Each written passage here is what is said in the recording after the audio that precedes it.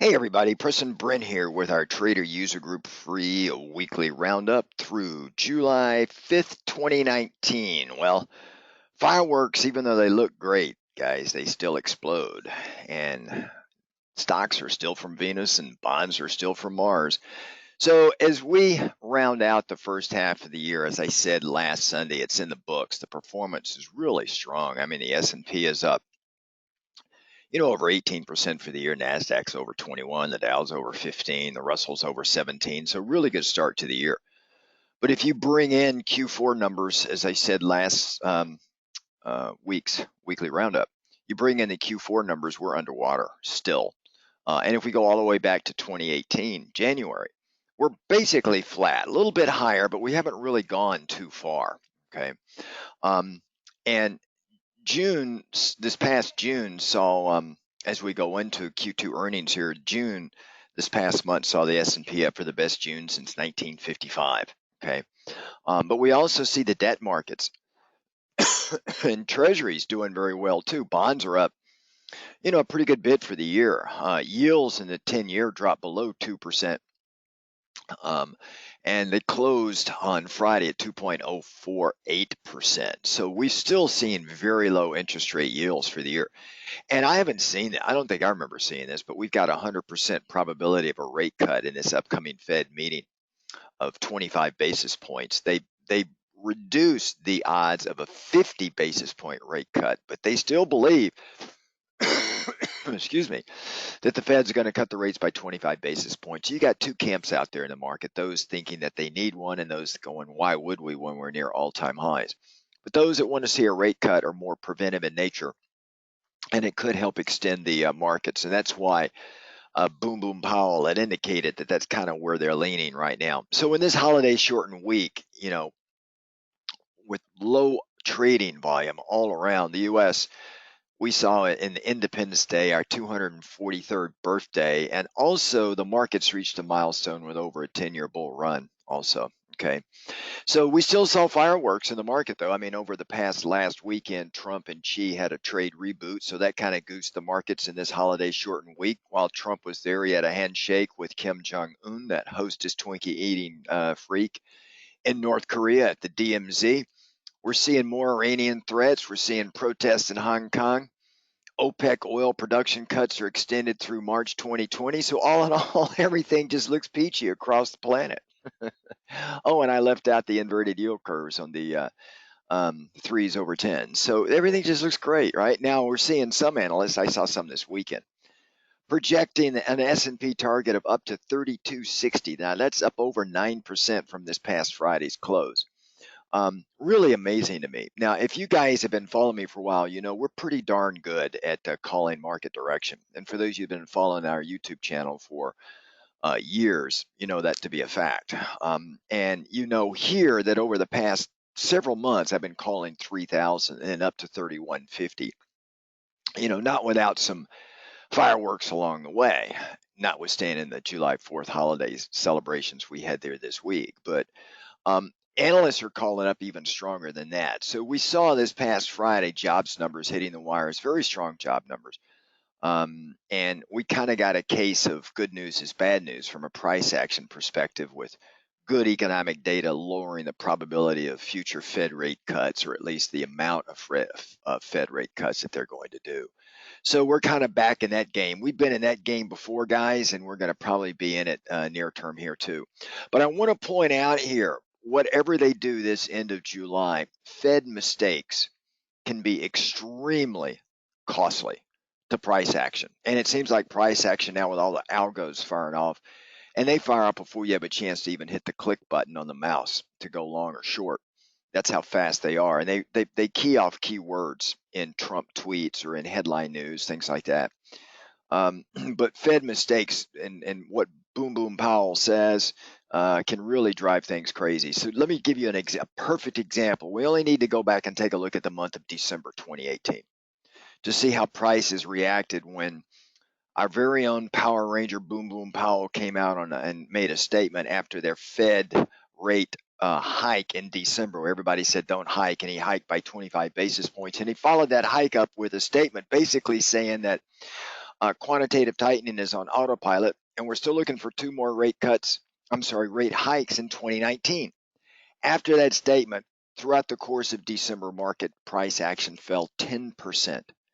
And not until early January, when Boom Boom Powell came out to do a huge 180 course correction, changed that statement by suggesting that the rates now are pretty much near a normalized neutral rate, and we're going to wind down QT. So price action obviously regained that 10% and just kept right on moving up. So that just shows you just how drastic these mistakes can be. And in terms of cost to the consumer, that was the biggest swing in consumer capital going back to the 1940s. Huge, huge. So that just shows you that Boom Boom Powell's really got to watch his words, and he hadn't learned yet. That's why I think now what we're seeing more and more of is him is reading the statement instead of just doing off the cuff comments. Those are limited to the Q&A session after his policy statement read, and that's where he seems to muck it up a little bit. Now, keep in mind, we've got on deck in the batting circle now is Q2 earnings are coming up, and the number to beat that we're seeing by most analysts is 0. 0 growth. So the bar, I'd say, is set pretty low. In fact, according to FactSet, we've seen the largest percentage of downward earnings revisions for this quarter in over a decade. I mean, just out of the companies that did earnings revisions, 87% of them were lower. All right, now it's always better to have a lower bar because with a very low bar, opportunity of more beats come up. So we have more chance of upside surprises.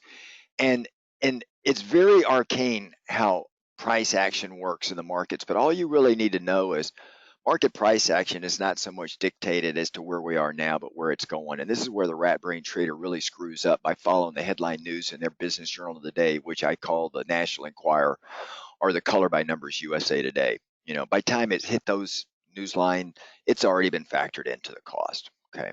So if typical upside surprises hold true statistically, then we should see earnings growth of 2.6%. But just understand that so far, of the companies that I think there's been like 112, 115 companies roughly that have upgraded their guidance for Q2 before they go into Q2 earnings. That is common, but what set the record was over 87% of them reduced their earnings guidance. Okay, so we'll see how this all shakes out. Now, meanwhile, there's a new queen bee anointed over in Europe. She's got a hive that she's got to contain, and boy, it is a hive. That would be Christine Queen Bee Lagarde. She's nominated into the role of the ECB to take over Super Dovish Super Mario Draghi as his role winds down in Q4 of this year. Now, I think the markets liked it because she's a bureaucrat. She's an administrative bureaucrat, but she tends more towards the dovish side as Super Mario does, because people are now trying to dive into what she said in the past to get a clue as to where she's going, and that's why the markets moved up once she was nominated. Now, she hadn't been made official yet, but I suspect she will be. But if you look all across Europe, the interest rate there, intrabank lending is at a negative 40 basis points. The German Bund is close to it. So they're hurting. And should they have a down move or a recession, there's not going to be very many places to hide, should the storm come with a recession with 40 basis point negative. I mean, where do they go? And that will then wash ashore to the U.S. Okay, so right now, Q2 earnings are coming up. We're going to be watching very closely. We've been hitting my targets, as you see on the screen that I have in front of you now. It's the E-mini S&P 500 futures. This was the target that I've had up here, and as you know, I've had it up here going all the way back to May when we were coming down pretty hard. We fell over 7% in the month of May, and I still had a target here of around a little over 3,005 or something, and we actually hit 3,006 right on the target. Longer term target you can see up in this level here around 3,100. Now that was done off of a weekly chart, which means this could take us out through the end of the summer months into Q4, maybe even a little bit longer, right? But that's kind of what I'm looking at. Now that does not mean we're going to do a straight line straight up. It just doesn't work that way. I think we're going to have some chop along the way, but that is kind of what I'm showing here on the charts. And if I just switch over, I'm going to show you a Bollinger Band chart that's got 3 standard dev rather than the traditional 2 standard dev on the chart. And if we take a look at that, you're also going to see the exact same thing. Uh, Generally, when we run up on the purple line between the blue and the purple line. The blue line is a 1 standard deviation. The purple line is a 2 standard deviation from the center of the Bollinger Band. Okay. And we typically run up this way, and you can see we ran right up and hit both time and price. These bars represent a time, and the level represents the price. The timing aspect of this is kind of generated by Gann, and the price action is a little bit of a combination of Gann and Fibonacci, and it's built into the software that I use. So it kind of just makes it easier for me instead of putting a lot of lines on the chart. And you can see we came up and hit it both time and price. You can see a typical pullback area here takes us all the way down. If I assume, let's take the beginning of June to where we are now, roughly a fib pullback, a 2-3 fib pullback would take us down to 28.43. Mid-range would be somewhere around 28.62. So in the middle of the Bollinger Band takes us back down to about 29.35, 29.36. So I think we're going to find ourselves back at the mid-range of the Bollinger Band, as we go through earnings. But I don't see a capitulation anywhere, where we just roll back over. I still think the movement is still going to be up, but there's going to be opportunities to get in the market if you miss this big, massive rally off of the May massacre. And for those of you that follow me, you know that at the beginning of May, at the end of April, I was having people getting short. For our members in our weekly market watch Sunday evening, we were lining up some what we call foo bars that would be effed up beyond all recognition hedges. I just call them foo bar hedges. And you never know if it's going to be required or not required. So it could be a really strong foo bar. It could be just a normal counter trend move. And you can see here we actually went down over 3 standard dev in the month of May. In the middle of May, we tried to rally back up to the center part of the Bollinger Band. We came right back down again, right? So could that happen again? Yeah, it depends on how the Feds come out. Remember, the markets have already forecasted 3 rate hikes for this year. They had close to almost a 50% chance of a 50 basis point cut this July. So now there's a debate. Most people think, as I said, 100%. I've never seen 100%, but 100% probability of a rate cut for the end of July for the Fed meeting. If they don't do that, we will come back down and test these fib notes down here because price action's already got to put in. We've got a forward PE ratio right now is sitting at about 17.89.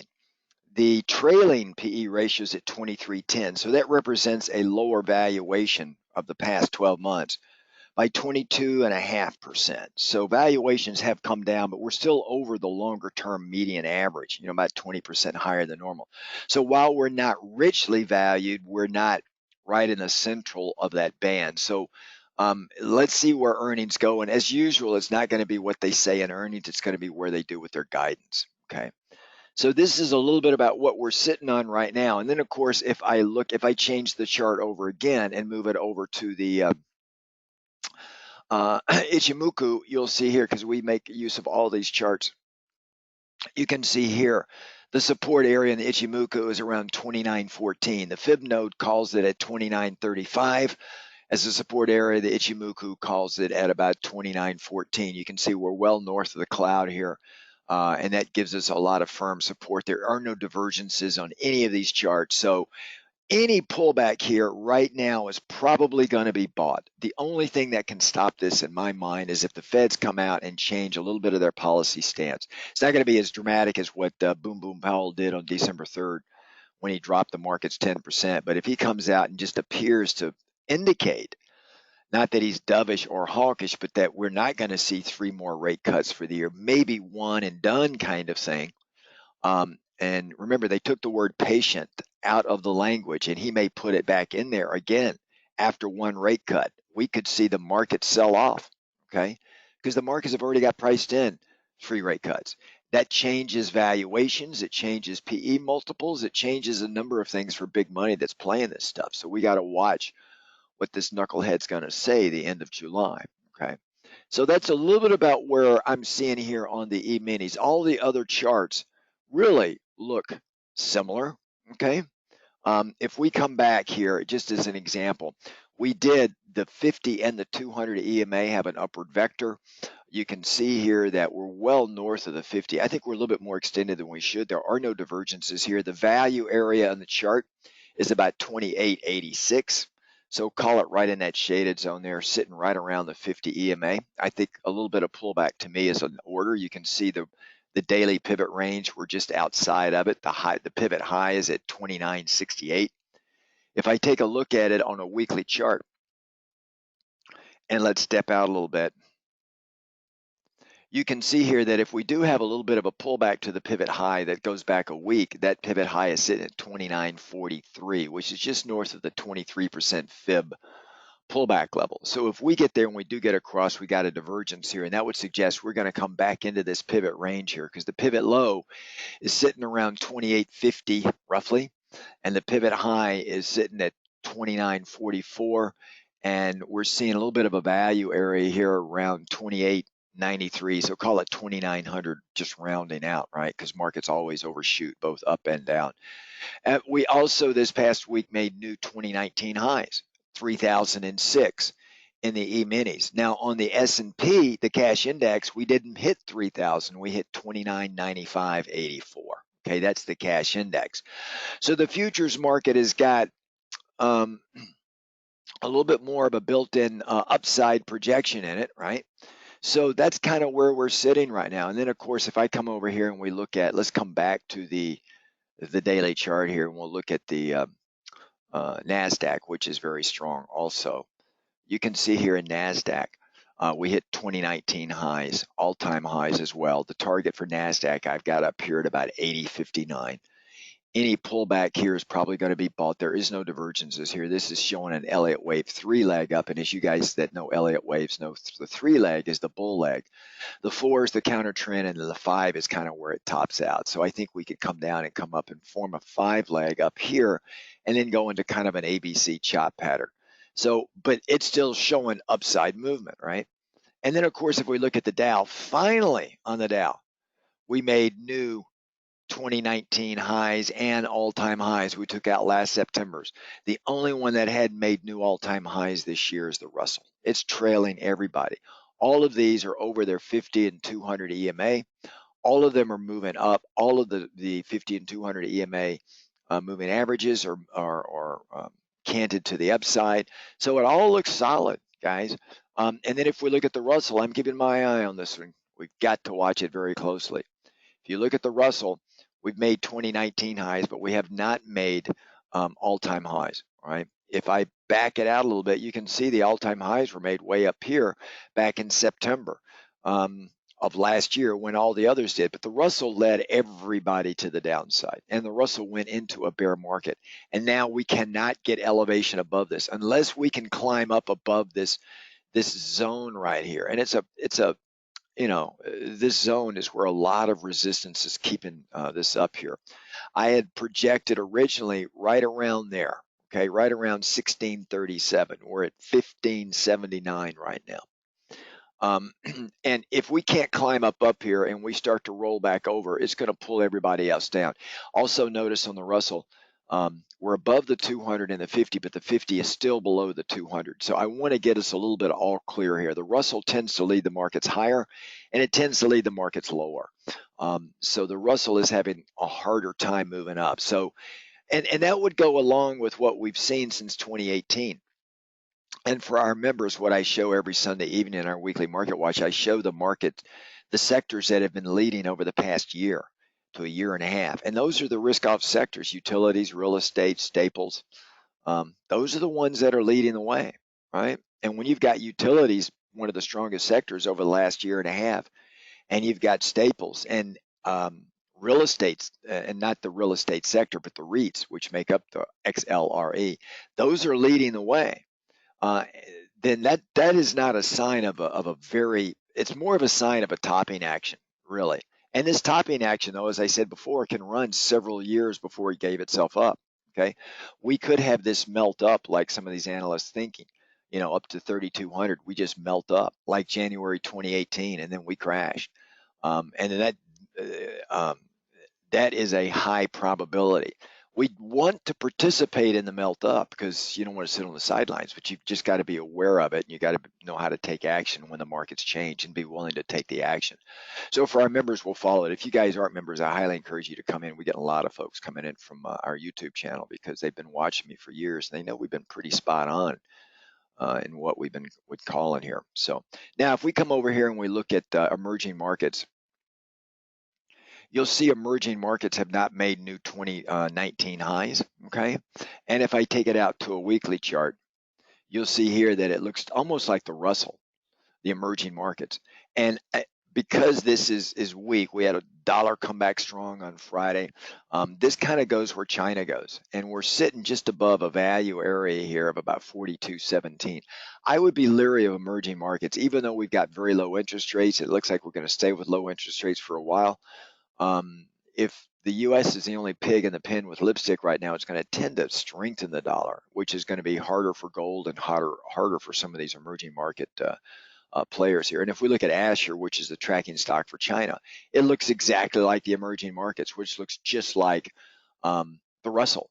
It cannot make new 2019 highs. So we got to watch this very closely. Everything else besides the U.S. just does not look as sweet, which is why a lot of money is coming into the U.S. in the form of U.S. dollars, which is then used to buy our bonds, which is then drives our bonds up, and it drives interest rates down. So we've got that luxury, at least for now. That's going to change, guys. But for now, it's keeping rates low. We look at vol. Let's look at volatility, the VIX. It closed back into the green. We're back into roughly, we closed the week at 1328. Okay. So we're in the green right now, which is for options traders, you've got to be careful here. And we want to look at the cost of hedges are a little bit cheaper at this point in time. And we're setting ourselves up as markets, start to make this run. It can drive vol a little bit lower. If we look at the front month vol skew, we're in the green. Okay. Here's the front month vol skew. Let me just get to it here. Here we go. Right there. So and let's put it on a daily chart. So the front month vol skew, we are in the green, so that means we're in a contango environment. That means the VIX is less than the upcoming 2 weeks from now, roughly, expiration of the July vol futures. So being in the green means there's no fear out there through July. And then if we look at the back month term structure, which is July and August, you can see we're deeper in the green. That just means that July or August vol futures is higher than July, and that's normal. So we've got a normalized term structure going all the way out through the summer months. That suggests that even though the earnings forecast is to come in at zero, the bar is low and the markets expect a beat and the markets expect lower interest rates. That is a toxic cocktail for higher price action, net. That's kind of what the markets are showing right now. If we look at the bond market, now the bonds did react negatively to the jobs numbers. And for those of you that even in this free session here, I told you guys to pick up a couple of TLT puts, right? And I've been saying it for the past couple of weeks. In fact, just pick up a couple of them. I know with our members, I put in our chat room 3 different ways to play TLT to the downside. And it was one of those trades where I think bonds got a little bit extended here. And it's just going to come back down. And depending on what the Feds do, I just don't see 3 rate hikes this year, which means bonds are going to come down even more, right, from where we are right now. So up in this area, I would still be more willing to sell than than to buy bonds or go long interest rates. If we put it on the 15-minute chart, you'll see right here. As soon as that job number hit, at 8:30 in the morning this Friday, boom, it came down, and then it didn't stop. It bottomed around 10:30 in the morning. It worked its way back up just a little bit, but it just took a big hit, okay? And if we look at the 10-year interest rate, you'll see the same thing, right? As soon as the job numbers came out at 8:30, boom, off it went.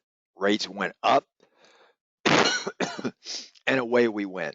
Now, I think the rates may come up a little bit higher here and set ourselves up for the rates to move even lower, which is where I think eventually they may go again. But for now, they just moved up a little bit based on that jobs number. All right, but we're going to get a lot more clarity with the Feds at the end of the month. I think longer term, the rates are probably subject to more downside.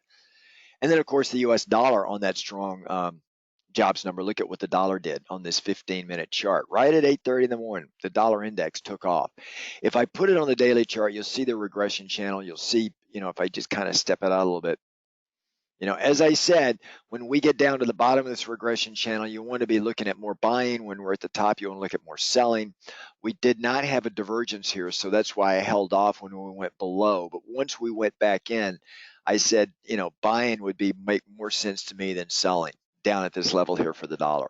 And then, of course, if we look at the euro, it's just the opposite, right? Here's the regression channel in the euro.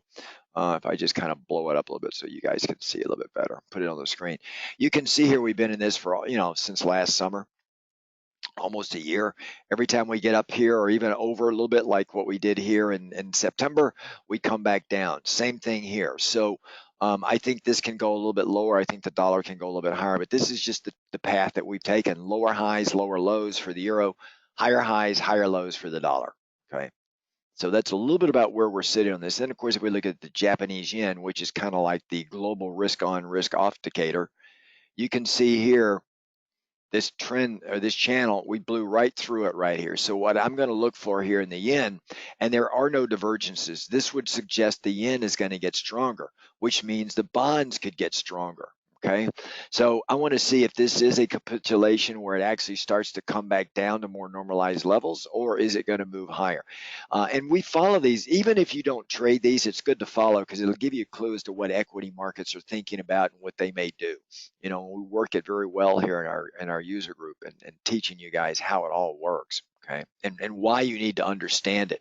Whether you trade it or not is not as much as important as just understanding the interpretation of the direction and what it would imply for equities and debt and commodities, especially precious metals.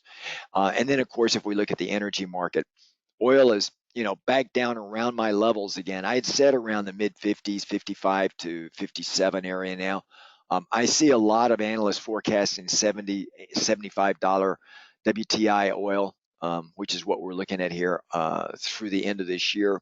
I think oil is really more a prognosticator, and it's going to be going along with the global growth story or lack thereof. If global growth starts to slow down, you're going to see the same thing in oil. You can see in the month of May when the equity markets fell 7% on global growth issues, and Trump and Xi getting nasty before the G20 meeting, talking about what they're going to do and what they need and so forth. The market started selling off, and so did oil. So that's our clue that should that global growth story start to falter, you're going to want to look at shorting oil or any energy stuff and going along the yen or any risk off things like any dividend paying stocks or the REIT sector, XLRE, some of these other risk off kind of things, because that's where the action is going to be, even though they're a little bit elevated at this point in time. Okay. And then, of course, if we look at precious metals, look at what happened to gold. We came up and hit my target. Once we broke out of this level here, I said it was going to run, but I'm looking for a retest. I think it'll probably come back down here again with a stronger dollar. There's not as much incentive for people to hold a lot of gold. I think longer term gold is going to really run. Right now it's hitting my target, just kind of rationalizing where it should be. If we come out, look at a weekly chart, and then I'll just step it out to show you the break and the pattern. Right here, let's just take it out here like this. Okay, so now you can see the break. It shows up a little bit better for you. It's an ascending triangle. I said once we break this area, it's going to run. My target was 1410. We overshot just a little bit, right? I mean, we went all the way up to about 1440, but now we're back down again, down to about 1401. And we don't have any divergences down here, so that suggests any pullback is probably going to find support and then move higher. So I would be willing to look at that to see where we go, but I'd be more willing to play gold long rather than short, right? Because the actual trade was the breakout that I called here around 1372. Gold tends to trade technicals very well, and because there's no earnings, there's no dividends, it's just a risk off inflation kind of thing, hedge kind of thing, and money kind of flows in here. And there's a lot of reindeer games going on in the gold market right now. And there have been for years. So, but that's kind of what I'm watching here. We're also doing the same thing with silver. Silver has been underperforming gold dramatically, right? And you could see here, silver looks a lot, this chart looks a lot uglier. It's a weekly chart. You can see it looks a lot uglier than gold, right? If I get it centered here on the screen, you can see we were in this tight range. Once we broke out, we're coming right back down into our pivot range again. So the value area for silver right now is about 14.85. And I could see us sitting here for a little bit and waiting to see where we go through these earnings periods. I think longer term it's going to go higher, but near term is probably sideways chop. Okay. And then there's some things that we're looking at in agricultural markets. In the meat markets, we had a couple of interesting plays. Same thing in the softs market. And then there's a couple of interesting stocks that we're looking at and we're playing as well.